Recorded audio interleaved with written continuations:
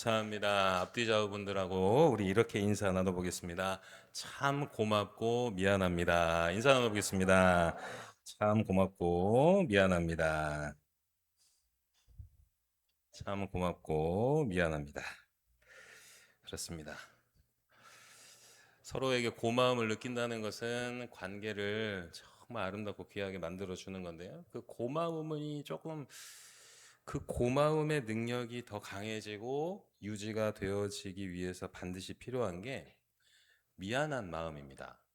사실 미안함의 능력이 굉장히 크거든요. 근데 우리 한국 사회가 그 미안함을 많이 어색해 하는 문화가 좀 우리 유독 한국 사회에 좀 많이 있는 것 같아요.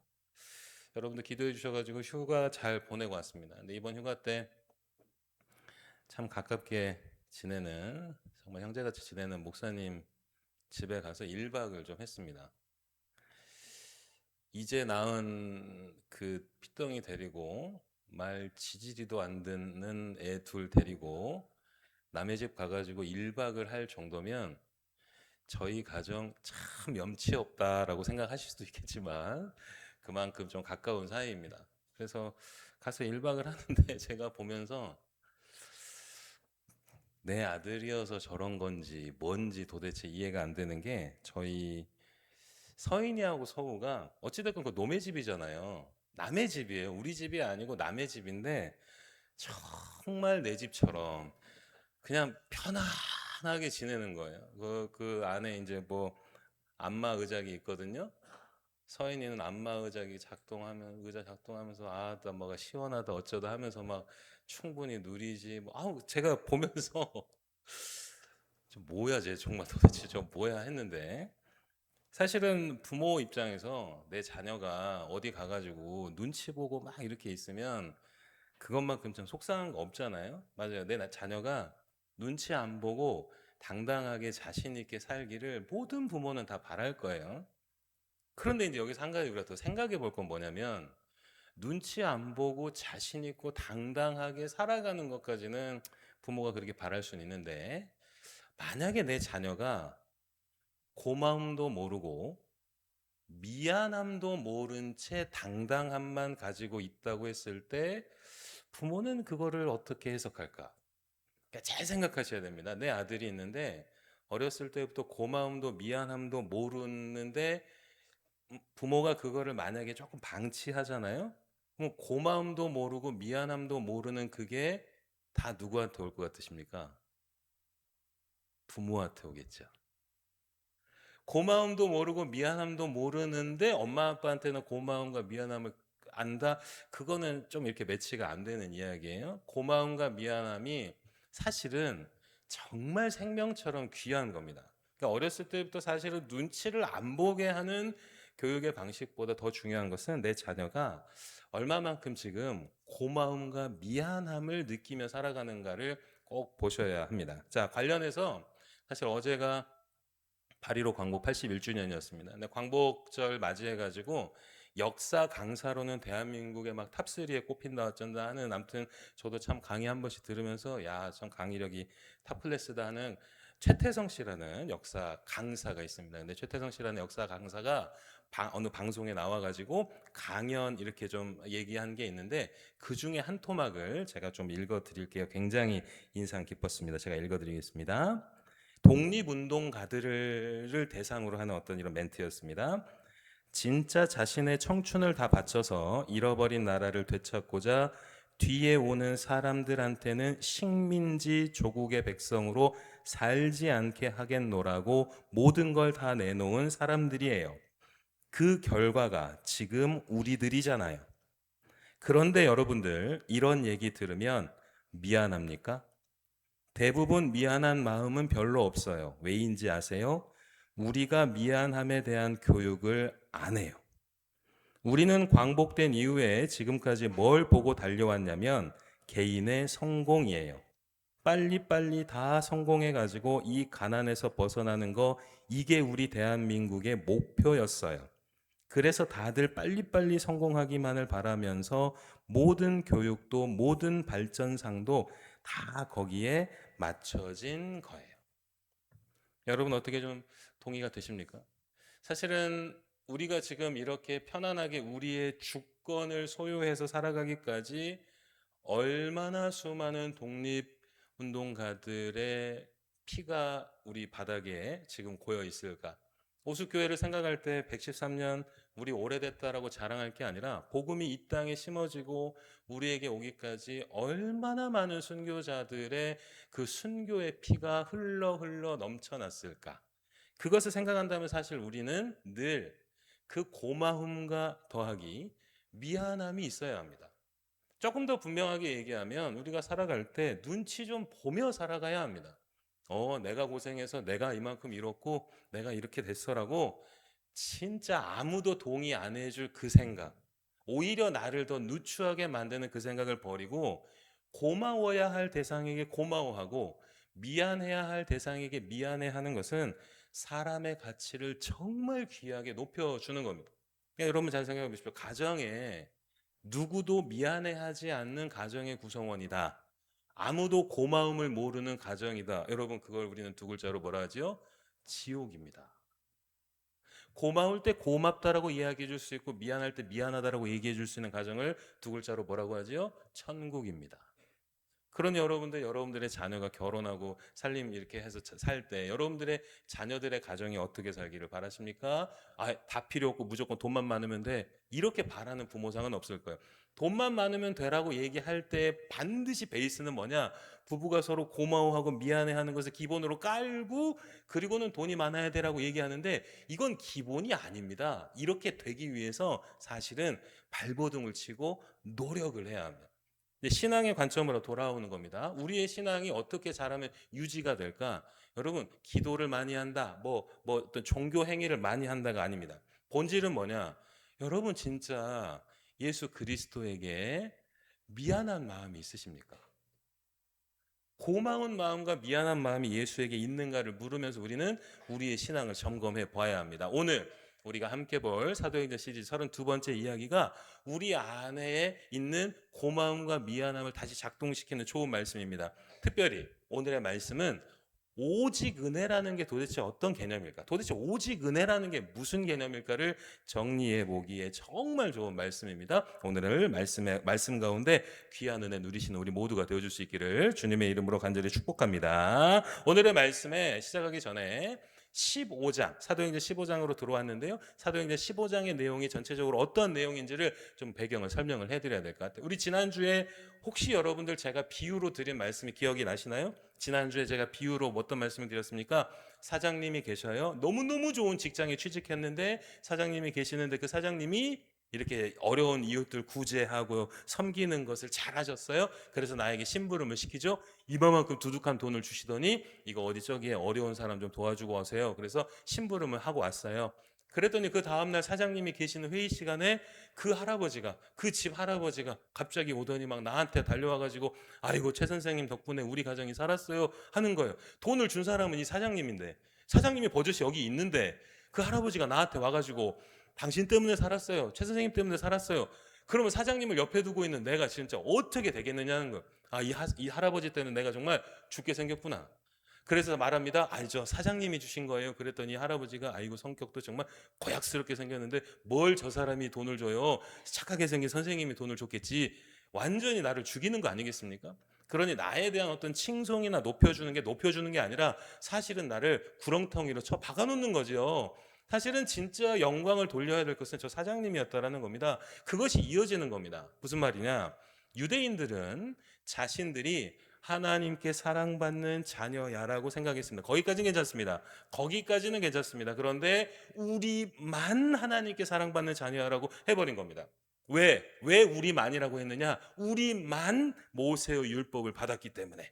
그 모세의 율법을 받은 민족은 우리 유대인들이야. 유대인들만 하나님의 자녀야라며 모세의 율법을 받지 않은 이방인들을 속된 표현으로 개돼지 취급을 한 겁니다. 저것들한테는 구원이 갈 수 없어. 오직 구원은 나에게만 오는 거야. 우리에게만 오는 거야. 왜?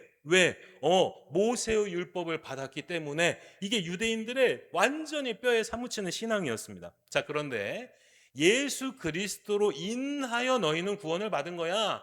모세의 율법 때문이 아니라 예수 그리스도 보혈의 공로로 은혜를 받은 거야라고 해서 그것이 믿어지고 진짜 신앙을 가진 교회가 형성이 되었는데, 아직도 여전히 예수를 믿는데도 야, 어떻게 예수 믿는다고 구원을 받냐? 너도 너를 알고 나도 나를 알지만 우리같이 죄인이고 진짜 추악한 범죄자들이 뭔 마음에 예수 믿는 그거 하나 가지고 천국을 간다고, 구원을 받는다고? 말도 안 되는 소리 하지 마라. 예수님 좋은 분인 거 나도 알아. 그런데 반드시 모세의 율법을 지켜야지만이 우리가 구원을 받는다니까 라고 말하는 이들이 교회에서 생겨나기 시작을 한 거예요. 안디옥 교회에서. 그런데 그 파이가 점점점 커져가는 겁니다. 거기에 흔들리지 않고, 아니, 모세의 율법이 아니라 십자가 위에서 흘리신 예수의 보혈이 우리를 구원한 거야. 모세의 율법이 아니라 율법의 완성이신 예수로 인해 우리는 구원을 받은 거야라고 선포하고 무찔러야 되는데, 그 말에 혹 넘어가 버린 거예요. 넘어간 사람들이 많아진 거예요. 그러니까 머리를 극적이면서, 아이 그래, 우리 참 못됐는데 뭔 예수 믿는다고 구원을 받아. 모세의 율법을 좀 지키는 게 있어야, 우리가 좀 하는 행위가 있어야, 우리의 공도가 있어야 우리가 구원을 받는 거지 라고 말하는 사람들이 넘쳐나자 이게 교회의 큰 문제가 됐습니다. 그래서 15장은 뭐냐? 교회에 있는 지도자들을 다 모읍니다. 그래서 인류 최초의 총회가 열리는 장, 그게 바로 15장에 펼쳐지는 겁니다. 우리 교단도 이제 다음 달에 총회가 있죠. 우리 장로님들 한 번씩 이제 총대로 가시는데요. 총회는 교회의 대표되는 사람들이 모여서 아주 중요한 결정을 하는 그 장인데, 1호, 모든 교회의 1호 1회 총회가 열린 장이 바로 사도행전 15장인 거예요. 근데 그 사도행전 15장에서 무슨 이야기를 나누는가? 야, 이방인들한테 어떻게 구원이 있을 수 있어? 쟤네들은 율법을 지키지 않는 이들이야. 율법을 받지 않는 이들이야. 할례를 받지 않는 이들이야. 요러요러한 조건을 갖추지 않았기 때문에 쟤네들은 구원이 있을 수 없어라고 말하는 이들과, 아니, 아무 조건 필요 없다, 예수 그리스도를 믿는 믿음이라면 우리는 거룩한 하나님의 자녀가 될 수 있어 라고 하는 쪽이 모여서 회의를 하는 장면이, 그게 바로 사도행전 15장이라는 거예요. 근데 그 15장에 있을 때 당시 시대 교회의 최고의 지도자가 바로 베드로였습니다. 자, 여러분들 한번 기억이 나실런가 모르겠어요. 원래는 최고의 지도자가 2명이었습니다. 그 중에 하나가 야고보, 그 중에 하나가 베드로였습니다. 그런데 야고보는 어떻게 됐나요? 죽게 됩니다. 누구에 의해서? 헤로당에 의해서. 헤로당이 자신의 인기를 위해서 딱 봤더니 유대인들이 교회 사람들 진짜 싫어해. 봤더니 교회의 지도자가 야고보가 있어. 야고보를 죽이면 내 인기가 올라가겠다 해서 야고보를 그때 죽여버립니다. 교회의 대표되는 지도자 2명 중에 한 사람인 야고보를 헤로당이 죽입니다. 그리고는 남아있는 게 베드로였죠. 그러니 총회를 집회를 해가지고 가장 대장이 되는 자리, 지도자의 자리에 베드로가 선 겁니다. 그러면서 베드로가, 얘들아 내 생각은 이래, 내가 믿는 예수 그리스도의 구원의 역사는 이래라며 사람들을 설득하는 멘트, 그게 바로 우리가 오늘 읽었었던 본문인 겁니다. 이 본문의 말씀을 다시 한번 우리 함께 볼 때 잘 보시기 바랍니다. 아마 이해가 더 되실 거예요. 사도행전 15장 7절에서 9절의 말씀 쭉 한번 읽어보도록 하겠습니다. 시작. 베드로가 이야기합니다. 시작. 많은 변론이 있은 후에 베드로가 일어나 말하되, 형제들아, 너희도 알거니와 하나님이 이방인들로 내 입에서 복음의 말씀을 들어 믿게 하시려고 오래전부터 너희 가운데서 나를 택하시고, 또 마음을 아시는 하나님이 우리에게와 같이 그들에게도 성령을 주어 증언하시고 믿음으로 그들의 마음을 깨끗이 하사 그들이나 우리나 차별하지 아니하셨느니라. 아멘. 베드로의 생각이 대충은 오시나요? 베드로는 이방인들에게는 구원 없어 하는 의견이 아니라 이방인들에게도 구원을 선포하시고, 이방인들에게도 복음을 주시고, 이방인들에게도 예수를 주시려고 나를 택하신 거야 라고 말할 만큼 이 땅에 있는 모든 이들에게는 예수 믿고 구원받을 자격을 주님께서 주셨다라고 베드로가 이야기하고 있는 거예요. 그런데 여러분, 여기서 우리가 살펴볼 아주 핵심적인 부분이 있습니다. 아, 베드로가 모든 이들에게 구원이 임할 수 있는 거구나. 율법을 지켜서가 아니라 예수 믿는 믿음으로 모든 이들에게 구원이 임하는 거구나 라고 할 때 우리가 오늘 주목해야 될 단어가 나오는데요. 아까 방금 읽었었던 8절과 9절의 말씀을 다시 한번 봉독해 봅니다. 8절과 9절 다시 봉독합니다. 중요한 단어가 나옵니다. 시작. 또 마음을 아시는 하나님이 우리에게와 같이 그들에게도 성령을 주어 증언하시고 믿음으로 그들의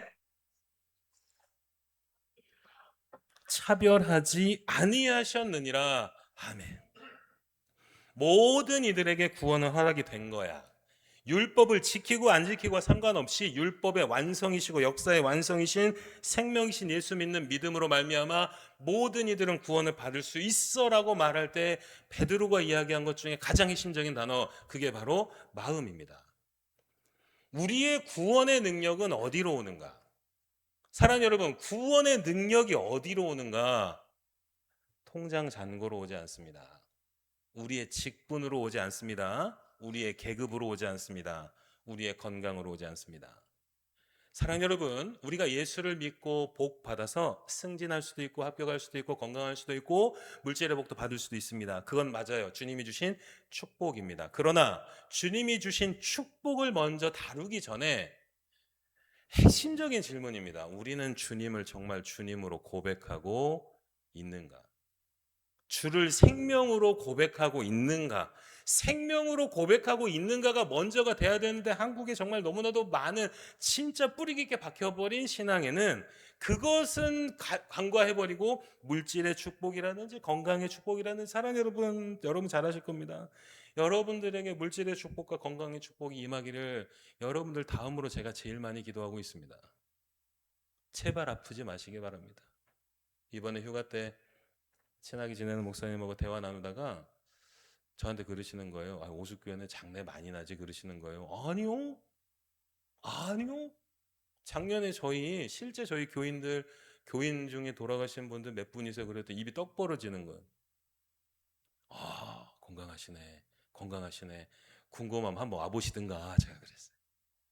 여러분들의 건강을 위해서 정말 날마다 기도합니다. 다만 건강을 위해서 날마다 기도하는 것보다 더한 기도가 있습니다. 사랑하는 여러분, 진짜 예수를 생명으로 여기셔야 합니다.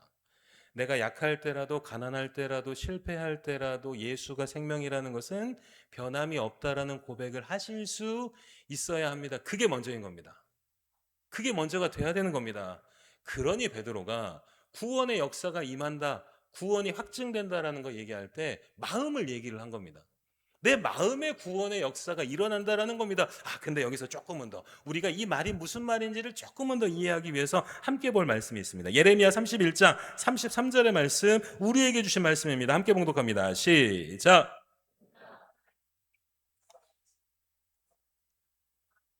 곧 내가 나의 법을 그들의 속에 두며 그들의 마음에 기록하여 나는 그들의 하나님이 되고 그들은 내 백성이 될 것이라 여호와의 말씀이니라. 아멘. 주님께서 내 마음에 뭐를 주셨어요? 내 속에 뭐를 주셨어요? 법을 주셨대요. 근데 그런 복잡한 걸 먼저 생각하시면 안 됩니다. 나에게 주셨는데 그게 나에게 어떻게 작동을 하는가? 아, 나는 하나님의 자녀라는 것을 깨닫게 하는 것이 주가 내게 주신, 내 마음에 주신, 내 속에 주신 그 법의 능력이라는 겁니다. 말씀의 능력이라는 겁니다. 복음의 능력이라는 겁니다. 아, 말씀과 복음의 능력은 내 안에서 내가 하나님의 자녀라는 것을 나는 도무지 깨달을 수 없는데 주가 주신 능력으로 깨달아지는 것, 그게 바로 구원의 능력이라는 겁니다. 우리가 함께 볼 신약의 말씀도 있습니다. 고린도후서 3장 3절의 말씀도 함께 말씀 보겠습니다. 시작. 이는 먹으로 쓴 것이 아니요 오직 살아계신 하나님의 영으로 쓴 것이며 또 돌판에 쓴 것이 아니요 오직 육의 마음판에 쓴 것이라. 아멘. 여러분, 우리 마음판에 성령으로 새겨주셨답니다. 최원홍, 너는 하나님의 아들이야. 근데 여러분, 우리 여기서 생각해 볼 게 있습니다.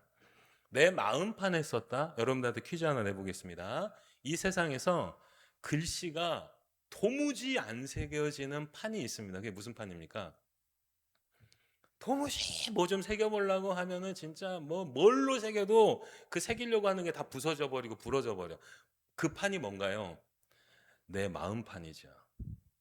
사람의 마음판만큼 단단하고 굳어진 게 있습니까? 여러분 한번 생각해 보시겠습니다.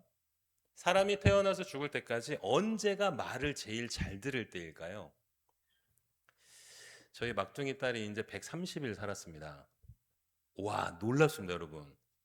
130일 사는 것이 말 더럽게 안 듣습니다. 이거 어쩜 좋습니까? 아니, 배고프면 너무 신기한 게 뭔지 아십니까? 아, 막 웃으면서 하다가 배고프면 빵 터져버립니다. 우와! 그럼 제가 얘기합니다. 5분만 기다려. 왜냐면 엄마가 분유를 타든 제가 분유를 타든 분유 타서 먹이기가 시간이 5분도 안 걸리잖아요. 5분만 기다려. 그러나 아비의 말은 귓등으로도 들리지 않습니다. 왁왁왁 하고 팍 물리면 태어난 지 130일 된 애도 말 잘 안 듣죠. 그러면 우리의 삶 가운데 언제 우리는 말을 참 잘 듣는다라는 시기가 있을까? 사실은 내 마음에 맞으면은 듣고 안 맞으면 속된 표현으로 때려 죽여도 안 듣습니다. 인간의 마음이라는 게 인간도 스스로도 통제할 수 없다라는 걸 우리 너무나도 잘 알고 있습니다. 내가 선택한 방법으로 해서 나도 힘들고 가족도 힘들고 공동체도 힘들고 다 힘든 것을 눈으로 보고 확인하면서 나는 또 그렇게 합니다. 이게 인간입니다. 놀랍습니다. 아니, 사랑 여러분, 상식적으로 어느 식당에 갔는데 제가 자주 비유를 들었어요. 그 식당에 가서 밥 먹었더니 배탈 나. 밥 먹었더니 배탈 나. 밥 먹었더니 배탈 나. 그 다음에 또 그 식당 가실 분 계십니까? 어느 병원에 갔더니 갈 때마다 더 아파. 무릎 아파서 갔더니 이번에는 막 팔도 아파버려. 갔더니 전혀 효과가 없어. 또 가시겠습니까? 우리는 너무 상식적으로 효과가 있는 데를 찾고 효과를 못 보는 데는 안 가고 이게 우리의 상식인 겁니다. 놀랍습니다. 그런 우리의 마음은 우리의 머리로 우리의 상식으로 움직여지지가 않습니다. 내가 생각하는 대로 해서 안 되는데도 고집합니다. 분명히 옆에서 얘기한 이게 맞는데 누가 보더라도 이렇게 얘기하는 게 나를 이렇게 따르는 것이 나에게 도움이 되고 나를 생명길로 이끄는 것을 나를 선하게 만드는 것을 나에게 유익이 되는 것을 누구보다도 잘 알고 드러나는데도 안 따릅니다. 인간의 마음판만큼 새겨지지 못하는 판은 없습니다. 그러니 잘 생각하십시오. 그러니 내 마음판에 생명이 새겨지게 만들 수 있는 유일한 것은 오직 성령밖에 없다라는 것을 이야기를 하는 겁니다. 너희 안에 구원의 감격을 누리고 내가 하나님의 자녀라는 생각, 어떻게 사는 것이 생명으로 사는 것인가라는 걸 깨닫는 것은 내가 착해서, 내가 책을 많이 봐서, 내 삶의 경험이 많아서가 아니라 오직 전적인 주님의 은혜로 성령이 부어지고 성령이 내 안에 새겨주셔서 아, 나는 하나님의 자녀라는 게 깨달아질 때야만이 그 마음판에 새겨지는 하나님의 법이 가능하다라는 겁니다. 사랑하는 여러분, 그러니 가장 먼저 생각하실 것은 내 마음판이 너무나도 굳어지고 굳어져 있다라는 것을 인정하는 데서부터 시작을 해야 합니다. 그러니 제가 말씀 초반에 인사말로 나눴던 그 고맙고 미안하다라는 그 미안하다라는 개념이 얼마나 귀하다라는 걸 아셔야 됩니다. 마음이 녹아졌을 때 가장 먼저 나오는 첫 번째가 미안하다라는 고백입니다. 마음이 굳어졌다라는 것을 뭘로 볼 수 있는가? 죽어도 미안하다라는 말을 하지 않습니다. 내 탓이요라는 말을 하지 않습니다. 그게 나를 지키는 거라고 착각하고 있는 겁니다. 미안하다라는 말을 하지 않으면 미안한 일이 생기지 않는 겁니까? 그렇지 않는데도 불구하고 인간은 나를 방어하겠다라며 절대 미안하다라고 하지 않습니다. 미안해야 할 일이 쌓여져 가는데도 그게 나를 지킨다라고 착각합니다. 적어도 하나님 앞에서는 우리는 인정해야 합니다. 주님 앞에서 우리는 사랑하는 여러분, 미안하다라고 용서 빌 것밖에 없다라는 것을 우리는 인정해야 합니다. 그런데 그 모든 것들을 주의 보혈로 완전히 씻어주시고 용서해 주시고 너 그러지 마, 넌 내 자녀야라고 말씀해 주시는 그 은혜가 얼마나 크고 놀라운지를 아는 것, 그게 바로 구원의 감격입니다. 그러니 마음판에 새겨지는 것은 내가 하나님의 아들이구나 딸이구나 자녀구나를 깨닫게 해주시는 거구나. 그래서 말씀에 또 이렇게 기록이 되어 있습니다. 갈라디아서 4장 6절의 말씀 함께 봉독합니다. 시작.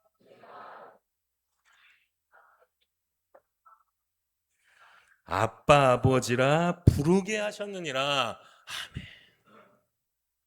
우리 마음에 새겨진 주의 법은 우리 마음에 새겨진 성령의 능력은 우리가 우리의 입술을 열어 아빠, 아버지라고 부르게 만든답니다. 내 마음에 새겨진 성령의 능력은 내가 하나님의 자녀라는 것을 내가 인식하려고 인식하는 게 아니라 완전히 몸에 배어져 버리는 겁니다. 그러니 사랑하는 여러분, 이제 적용을 해보는 겁니다. 내가 살아가는 모든 순간에 내가 하나님의 자녀라는 것을 알고 살아가니 삶의 여유가 생깁니다. 삶의 여유는 여러분 많이 가졌다고 삶의 여유가 생기는 게 아닙니다. 잘 생각하셔야 됩니다. 삶의 여유가 생기는 것은 진짜 든든하게 믿을 만한 게 있을 때에 삶의 여유가 생기는 겁니다. 제가 그래서 자주 말씀드린 또 비유가 있잖아요. 자, 여러분들이 세계 최고의 격투기 챔피언입니다. 어느 날 길을 가고 있는데, 아니, 명절 때 한번 가족들끼리 모였다고 해봅시다. 여러분들이 세계 1등 가는 격투기 세계 챔피언입니다. 그런데 4살짜리 조카가 나한테 와가지고 자기 유치원에서 싸움 1등이라며 삼촌 나랑 한번 싸워보자라며 개기고 있습니다. 그리고 그렇게 개기는 4살짜리 조카를 옆 돌려차기로 봐버리실 분 계십니까? 그렇게 하는 조카 막 자존심 상해가지고 네가 어떻게 챔피언인 나한테 이럴 수 있냐라며 막 역정을 내실 분 계십니까? 여러분 계속 비유를 한번 생각을 해보시기 바랍니다. 여러분들이 200조 재산을 가지고 있는 재벌입니다. 여러분들이 할아버지입니다. 손자들한테 5만 원짜리를 다 줬습니다. 그런데 그 5만 원권 들고 있던 3살짜리 손자가 나한테 오더니 할아버지 나는 5만 원 있는 부자야. 할아버지는 이런 것도 없지. 에이 가난하네 못 사네 라고 내가 준 돈 가지고 나한테 와가지고 자랑질하는 손자를 보면서 자존심 상해하실 분 계십니까? 아이고 그래 손자야 할아버지는 이게 눈가시 사탕 사 먹을 돈도 없다 야 네가 좀 사주라 그렇게 하지 않으시겠습니까? 사랑하는 여러분, 우리는 삶의 여유를 좀 가져야 합니다. 삶의 여유는 든든한 게 있을 때 여유가 생기는 겁니다. 우리의 인생에 도대체 든든한 게 어디 있습니까? 말 좀 해주십시오. 뭐가 우리에게 불변의 든든함을, 변함없는 든든함을, 절대로 사라지지 않을 든든함을 우리에게 줄 수 있는 게 도대체 뭐가 있을까? 그러니 맨날 지키려고 발버둥 치는 인생 아니겠습니까? 그러니 맨날 지켜보려고, 맨날 뭐라도 좀 쌓아보려고, 맨날 구멍을 어떻게 메워보려고 하는 삶이 아니겠습니까? 우리 일상의 삶의 무게를 무시하고자 드리는 말씀이 절대로 아닙니다. 우리가 살아가는 과정 가운데 물질의 어려움도 있고 건강의 어려움이 있어서 거기에서 오는 두려움 누구보다 하나님이 더 아십니다. 공감하십니다. 그러나 그 모든 것들의 해결의 본질은 내 뒤에서 나를 든든히 지켜주시는 변함없는 그분은 오직 예수 그리스도뿐이라는 믿음이 없이는 어떤 것도 해결이 될 수 없다는 것을 알아야 된다는 겁니다. 그래서 로마서에서는 이렇게 얘기하고 있습니다. 로마서 8장 15절과 16절 두 구절의 말씀 마음에 새깁니다. 함께 봉독합니다. 시작. 양자의 영을 받았으므로 우리가 아빠 아버지라고 부르짖느니라. 성령이 친히 우리의 영과 더불어 우리가 하나님의 자녀인 것을 증언하시나니. 성령의 능력이 아닌 어떤 것도 우리를 두렵지 않게 만들 수 없습니다. 복음이 아닌 어떤 것도 우리를 평안하게 만들지 못합니다. 그걸 인정하는 데서부터 우리 안에 있는 성령의 불이 불타오르기 시작을 할 겁니다. 사랑하는 여러분, 오직 예수 그리스도의 그 구속의 은혜만이 나를 살게 한다는 것을 우리 인정하십시다. 무엇이 나를 살게 하는가? 예배가 끝나고 말씀이 끝나고 바깥에 나가면서 또 우리는 계획을 세울 겁니다. 또 뭔가를 목표를 세울 겁니다. 생각을 할 겁니다. 제가 오늘 회개의 기도 시간에도 말씀을 드렸죠. 이제 폭염으로 죽겠네 살겠네 했는데 또 추워서 죽겠네 살겠네 할 겁니다. 비가 와도 문제고 안 와도 문제고 어느 지방은 비가 너무 많이 와서 죽겠다 그러고 어느 지방은 비가 안 와서 죽겠다 그러고 사랑하는 여러분 더 이상 우리가 무엇을 이거다라고 말하면서 살 수 있는 게 있을까? 인생 숨이 마지막 끊어지는 순간까지 맨날 뭐만 쫓는 인생 여러분 너무 지칩니다. 생각만은 숨이 헐떡입니다. 맨날 뭐를 만들어야 되고 쫓아야 되고 뭐를 지켜야 되고 사랑하는 여러분 우리는 한번 생각해 보는 겁니다. 하나님이 우리에게 생명을 주신 이유가 너희 가가지고 맨날 그렇게 쫓고 지키고 막 방어하고 수비하고 이러라고 우리에게 생명을 주셨을까? 놀라운 게 뭔지 아십니까? 창세기 잘 보시기 바랍니다. 아담과 하와에게 징계를 내리실 때 아담에게 하신 말씀 기억하십니까? 너는 벌 받아야 돼. 어떤 징계를 받아야 돼. 그 징계가 뭡니까? 너는 맨날 네가 중내산에 해야 삶이 유지가 될 거야라고 징계를 내리신 겁니다. 아담과 하와에게 내리신 징계가 뭐냐? 너 발버둥 치고 해야 너는 삶이 유지가 될 거야. 그러나 예수 그리스도가 오셔서 우리에게 말씀하신 것은 회개하라. 천국이 가까이 왔느니라. 우리가 회개함으로 인하여서 내 마음에 너는 하나님의 아들이야 자녀야를 깨달았더니 진짜 마음의 여유, 누구도 줄 수 없는 그 마음의 여유와 넉넉함이 생기고, 그래서 누려지는 게 하나님의 나라구나. 그래서 누려지는 게 구속의 은혜구나. 오직 전적인 주님의 은혜만으로만이 내가 진짜 천국을 경험할 수 있는 거구나. 이 놀라운 복음이 깨달아지고 그 복음의 능력을 경험하는 우리 모두가 되어줄 수 있기를 주님의 이름으로 간절히 축복합니다. 사랑하는 여러분, 하나님이 든든히 여러분들 뒤에 계십니다. 예수 그리스도의 그 이름이 여러분들을 든든히 지키고 있습니다. 여러분들이 지금 고집하는 그게 실패로 돌아간다 하여 여러분들의 인생은 절대 망하지 않습니다. 다만 내 뜻대로 되어지지 않는 짜증과 꼬라지만 날 뿐인 겁니다. 내 뜻대로 되어지지 않는다 하여 내 인생 비참해지지 않습니다. 내 뜻대로 된다 하여 내 인생이 고급져지는 것도 아니라는 겁니다. 사랑하는 여러분, 우리는 지금 생명을 갖고 사느냐 갖지 못하느냐의 기로에 서 있는 겁니다. 내 손에 쥐어진 생명을 얻다가 내다 던져버리고 생명이 아닌 것을 쫓겠다라고 우리는 그렇게 숨을 헐떡거리면서 살아가는 삶은 이제 멈춰야 합니다. 그랬더니 숨이 쉬어집니다. 맨날 달려다니니 숨이 헐떡거립니다. 옆에 사람 볼 겨를도 없습니다. 내 아내 볼 겨를도 없습니다. 자녀 볼 겨를도 없습니다. 숨이 헐떡거리니 누구를 보는 여유가 생깁니까? 여유가 생겼더니 내 옆에 있는 아내의 상처가 보이고 남편의 외로움이 보이고 자녀들의 외로움이 보입니다. 거기서 가정의 화목은 시작이 되는 겁니다. 돈 벌어서가 아니라 여러분, 그게 아니라는 겁니다. 그러니 여러분, 오늘의 말씀의 하이라이트입니다. 오늘 로마서의 말씀 가지고 구원의 그 놀라운 감격을 누리는데 이 말씀 진짜 붙들고 사시기 바랍니다. 로마서 8장 17절의 말씀 함께 봉독합니다. 시작. 그리스도와 함께한 상속자니 우리가 그와 함께 영광을 받기 위하여 고난도 함께 받아야 할 것이니라. 아멘. 나의 등 뒤에서 나를 지키시는 주님이 계시기에 오늘 나에게 오는 고난이 감당이 되어집니다. 여러분 오해하지 마십시오. 예수가 있다면 건강이 약해져도 웃어야지, 가난해져도 웃어야지, 이 말이 아닙니다. 가난해지고 약해졌는데 어떻게 웃음이 나옵니까? 대성통곡을 하고 정말 자존감을 상실이 되고 그런 아픔을 외면하자라는 말이 아닙니다. 잘 생각하십시오. 인간이 당하는 고난의 본질은 뭐냐? 내 생각대로 안 됐다고 해서 무너지는 고난, 그게 인간이 당하는 가장 큰 고난인 겁니다. 사랑하는 여러분, 인생 살면서 내 생각대로 되어졌다라고 말하는 것보다 내 생각대로 안 되어졌다라고 말하는 순간이 훨씬 많을 겁니다. 그러면은 여러분들의 삶은 지금 지옥인 겁니까? 사실은 진즉에 우리는 죽었어야 했습니다. 내 뜻대로 된 게 이렇게도 없는데 완전히 망하고 죽었어야 했습니다. 아니요, 여러분. 내 뜻대로 되냐 안 되냐가 내 삶을 지키는 본질이 아니라는 걸 우리는 다 알고 있습니다. 자녀를 길러보신 분들은 아실 겁니다. 자녀가 장성했을 때 내가 잘 키웠어 라고 말할 수 있는 부모가 누가 있습니까? 내 자녀가 잘 커졌구나 라고 말하는 것이지. 그러니 자녀를 보고 고마운 마음과 미안한 마음이 드는 게 부모의 마음이라는 걸 여러분들 다 잘 아실 겁니다. 내가 이만큼 해줬으니까 얘가 이렇게 자랐어, 내가 이만큼 해줬지, 이렇게 생각하는 부모가 부모의 자격이 있을까 저는 궁금합니다.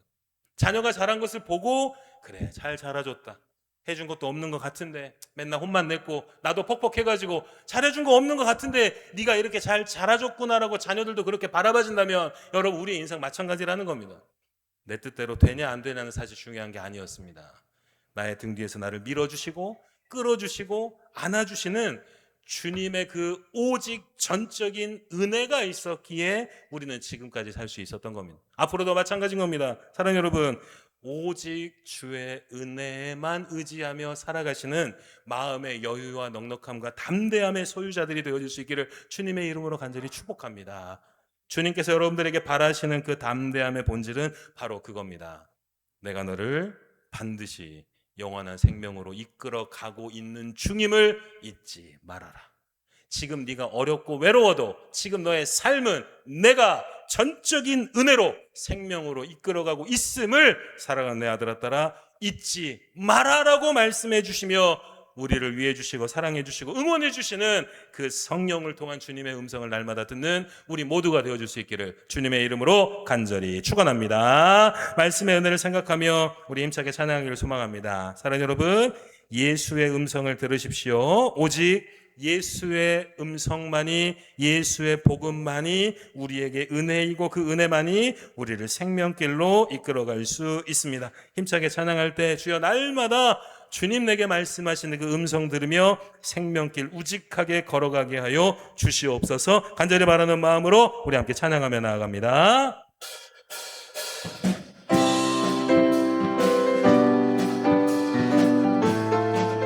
우리 박수치며 찬양합니다. 예수님이